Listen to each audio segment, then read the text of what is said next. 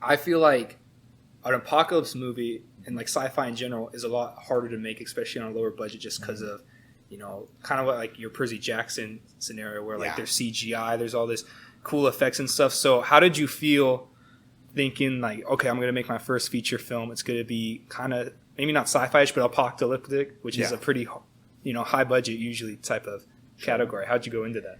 Well, a lot of it is, I would say you should start as big as you possibly can. Imagine you're working with billions of dollars and then work downwards. Think, okay, I can't do that. So how can I do this dream? And I'm a huge fan of sci-fi, fantasy, horror, that kind of stuff. I love my genre films. So it was always kind of a thing that I wanted to do, was to have some elements of that in here. So what I kind of did was I thought, okay, this could be something that would be incredibly hard to film if I wanted to shoot it in a certain way, if I wanted to have certain moments happen. You know, there was early in the process a kind of a visual in my head of like, you know, seeing a midnight happen in a crowded place where you see like just hundreds of people just into ash, like just kind of like, and that would have been awesome, but no way in hell could I film that, you know? So really, I find it's always very cool to see what can people do with limitations. And I find some of the most creative choices ever made on film have been through practical limitations. The shark in Jaws is a great one, in that the shark just kind of, it didn't work all the time. The shark model that they had, it was clumsy, it, you know, kept sinking, and they just were having lots of problems with it. So they chose to just kind of not show the shark until like the 75% mark. And the movie is so scary because you never see the shark. You know, you just see that fin. You see the POV underwater swimming up, and you never see it. And then the second you see it, obviously you've had so much hype that it is exciting and it's great and everything, but a little bit of that fear dies the minute you see the shark. Thankfully, the film is a phenomenal film, and it's already grabbed you. So you're not liking the film any less once you've seen the shark, but that fear and that, you know, that like, oh God, when is it going to happen, is because of the imagination. You filling in the blanks in your head.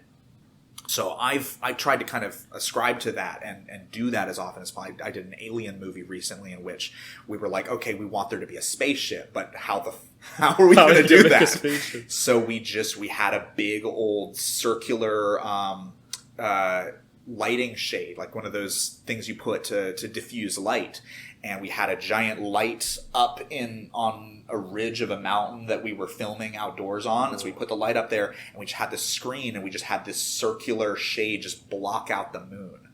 So you've got a still shot of a character on the ground, she's looking up into the sky, and then a giant circular shadow like covers up the entire, and your brain is telling you exactly what you're seeing. But we did that for less, you know, free. We already had the shade. So that was a totally free, really cool. And then you also have the benefit of like, if the spaceship didn't look how the audience wanted, if they didn't like how it looked, you get rid of all that because the spaceship looks exactly how you want it to look, because you're imagining it, and we're not going to say anything to correct that. We're not going to show you anything to correct that. It can be exactly how you want it to look. That's such an interesting principle, because at first it seems kind of counterintuitive, because a lot of people think, well, the more resources I have to do something, the more creative I can be, because I can just do whatever I want. But then there's also like this creativity that kind of like what you're saying, that comes with having the limitations, because then you're forced to think and like see things that you probably wouldn't see if you could just easily get the resources. Exactly. Imagine if they made Jaws today, you know, with today's budget. You'd see the shark in the first scene, and you just wouldn't care that much. I think that's why I remember hearing someone say, have you seen the Quiet Place movies? Yeah. They said, like, they thought both were good, but the first one they really liked, because in the first one, all you knew was that these creatures existed, but you didn't know, like, if you could kill them or, like, what they could really do. But then, like, at the end of the movie, spoiler alert, like, they shoot it with a shotgun. And then in the second movie, it's still good, but now you know, like, these things aren't invincible, so it's scary.